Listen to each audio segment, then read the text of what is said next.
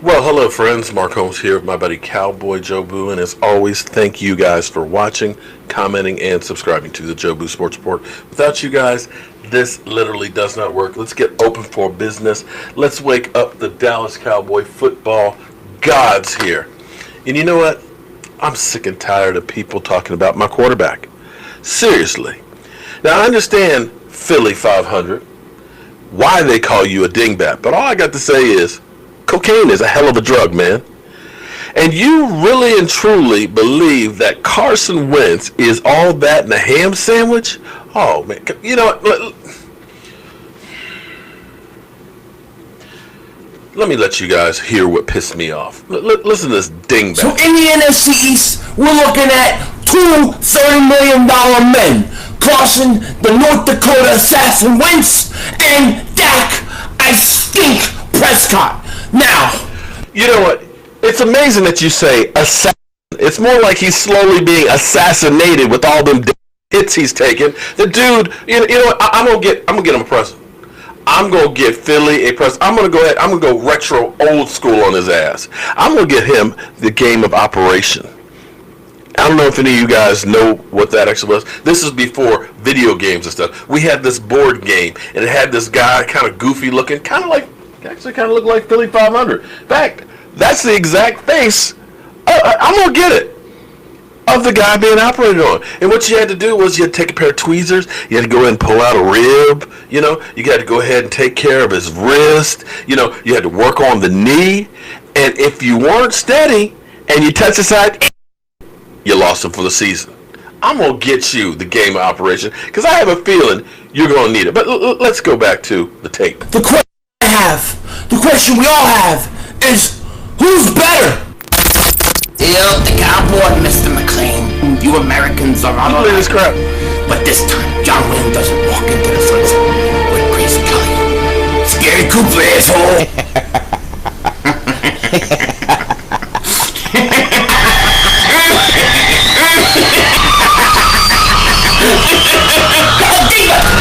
Oh shit!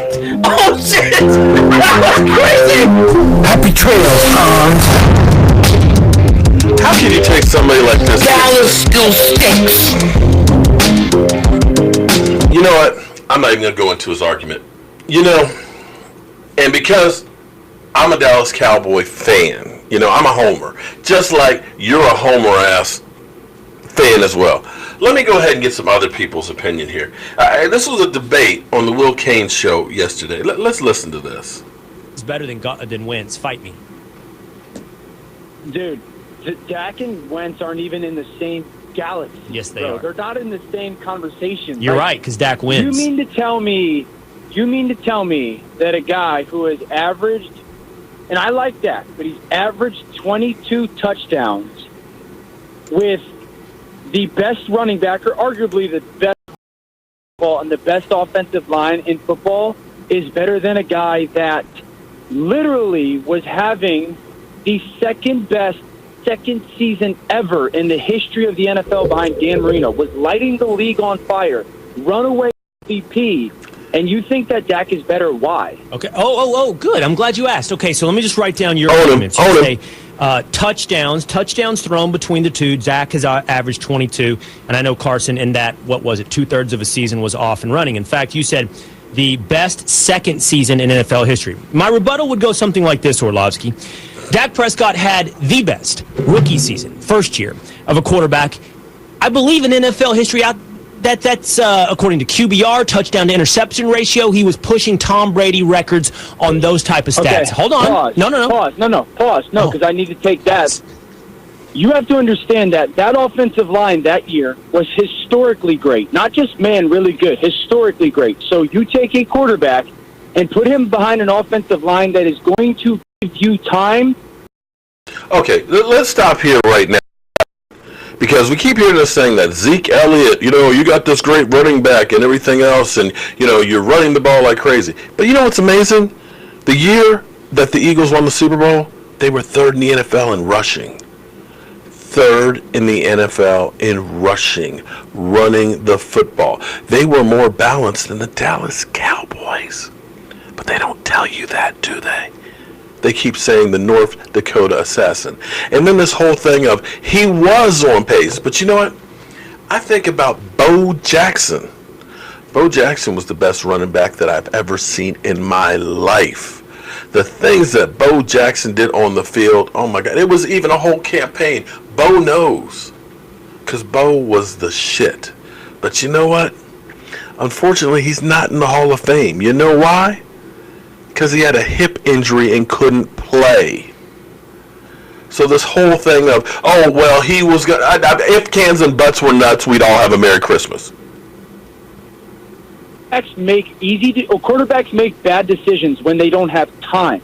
So all those times he's dropping back in the pocket and the offensive line basically, dude, we played against that Dallas team. I remember the Sunday night game going like, man, this guy has all day to throw all the time. Okay, listen. Here, okay, now my turn. And who is he throwing to? Dallas, over the last 3 years, has had a top offensive line in the NFL. It has not, by season's end, been ranked number one. Do you know what teams has often been ranked ahead of Dallas's? The Philadelphia Eagles. Line, there's no question. And so I don't understand why you're using Dallas's offensive line against Dak, but not doing the common denominator of saying the Eagles have a massively great offensive line in front of Carson Wentz. Spitting facts. I'm not doing that. But if you're going to call both offensive lines a wash, okay, cool. Well, that was one of the major tenets of your argument. I am Thank going to call it a wash. No, but then strictly look at the performance.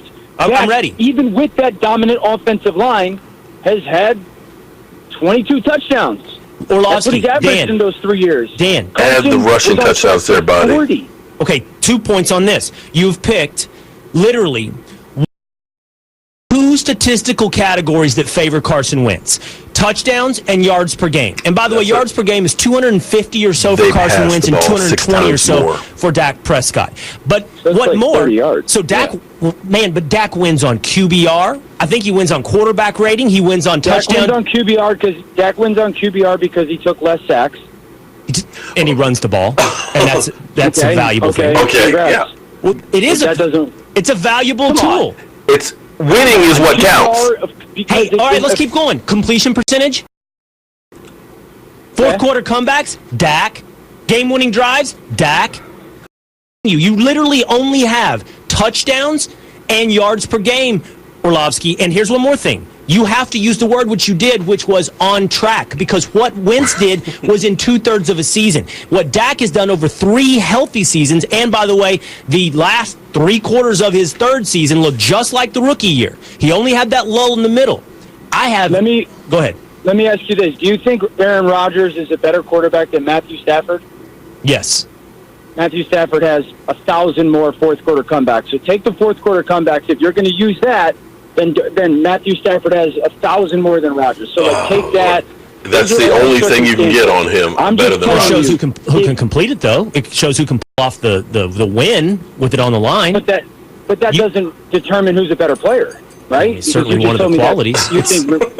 But you think Rodgers is better than Stafford, even though Stafford. But Dan, listen, I defer to you on quarterback analysis, but listen, I know what I'm doing when it comes to making an argument. That was one argument. That wasn't my complete argument. That wasn't my sole piece of evidence. It was one. Just a little. Okay. Just a little hole. All right. Ask yourself this: if you take Dak Prescott off the Cowboys and put in, I'm not even going to use Wentz. Put in, the 10th to 20th ranked quarterbacks in the NFL. Right. However you deem that, but just the average guy. Right. Are the Cowboys what they have been? Okay. Over the last 3 years? Likely. My friend, and I'm talking to Dan Orlovsky, ESPN football analyst here on the Will Cain Show.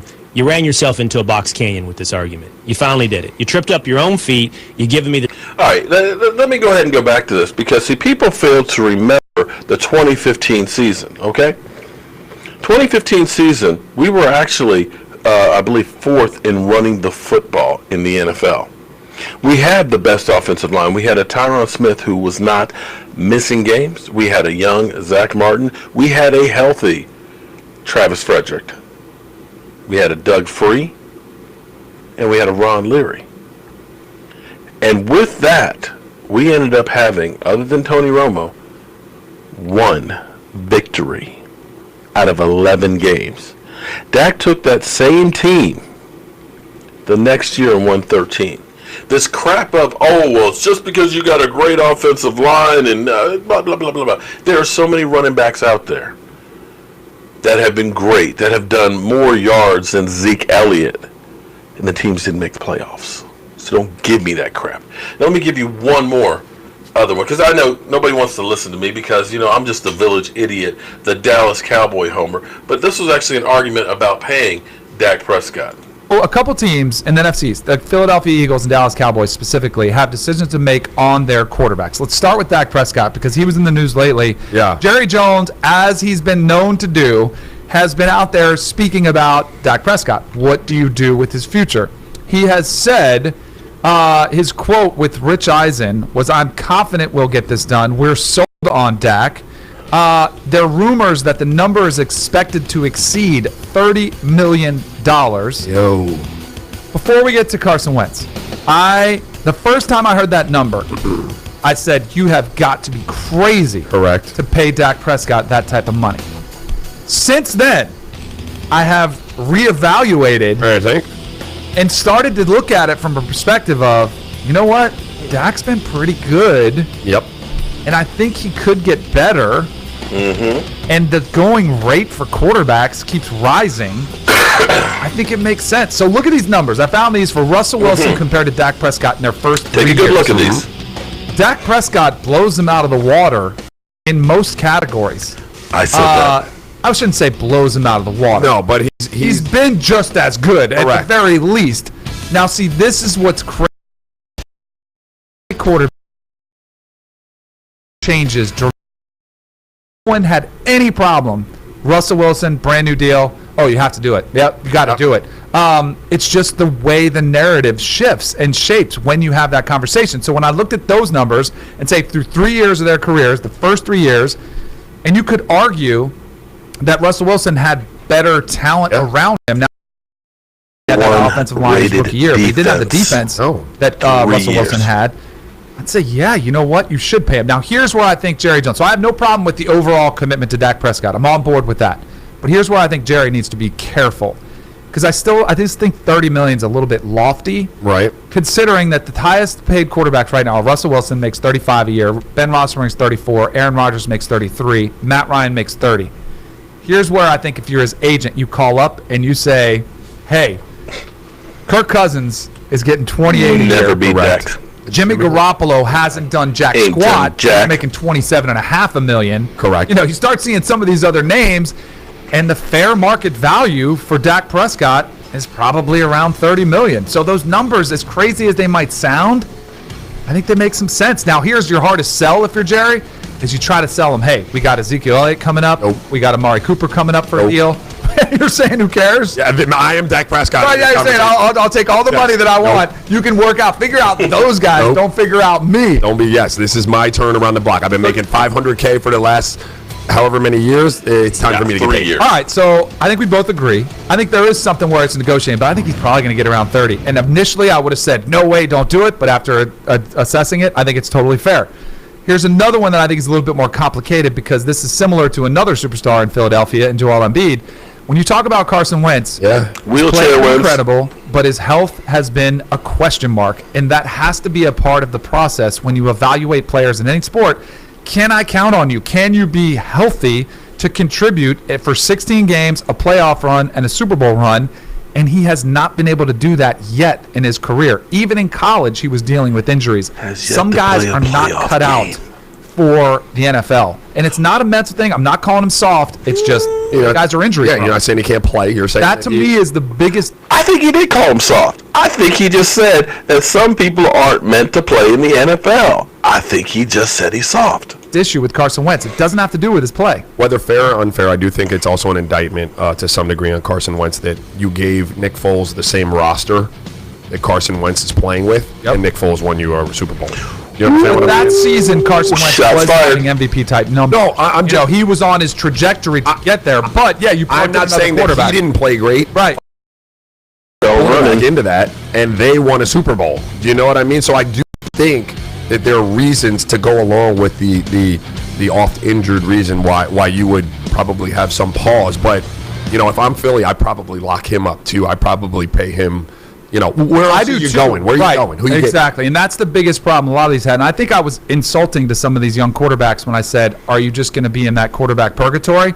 Now that I'm looking at it, I'm like, they're in a pretty good spot. And if they've been pretty good for 3 years, you would hope that they would be able to elevate. And you would think the more and more comfortable they get within a system, Right. that they'll get better. And I think that's what you have to do is you have to project somewhat. They haven't been like Jameis Winston and Marcus Mariota have been different. They haven't put up the type of numbers and statistics that Dak and Carson Wentz have. I do think it's interesting.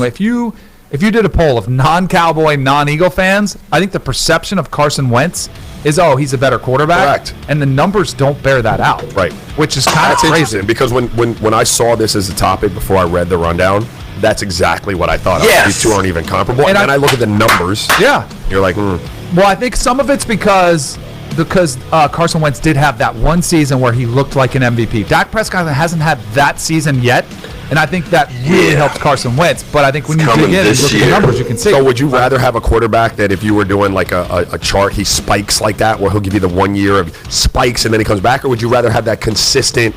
I mean, I think it's similar to what we talked about the other day, and Nikola Jokic and Joel Embiid. I'd rather have the guy that's consistent, and Dak delivers, and you can count on him. He's durable because he's been running around. Like Carson Wentz, I always say, well, he runs around a lot. Dak runs around a lot. Right. He's able to protect himself and protect his body. Well, yeah, you're talking. Look, Dak's got 18 career rushing TDs, right? Yeah. Carson has 2. Yep. He can move around. So yep. right. Absolutely. So I think both of the franchise will move forward with those quarterbacks. And I think it's probably going to be the right thing to do. My tendency would be let them both play out their contracts. Give me as much time as possible to see if they have a slip up, and then I get them on the cheap. Yeah. But if they go out there and ball out, then they're going to be paying them $36 million a year. I'd be flipping quarterbacks if I ran an NFL team. I'd be flipping quarterbacks for number 1 picks. Right? Just give me rookie deal, gangster, like number. Good luck with that one. So Philly 500, buddy. You know what? I'm a homer, you're a homer, but these guys, they don't like either of our teams, but they take Dak Prescott. You really are dingbat Philly. I'm Mark Holmes, and I'll see you guys soon.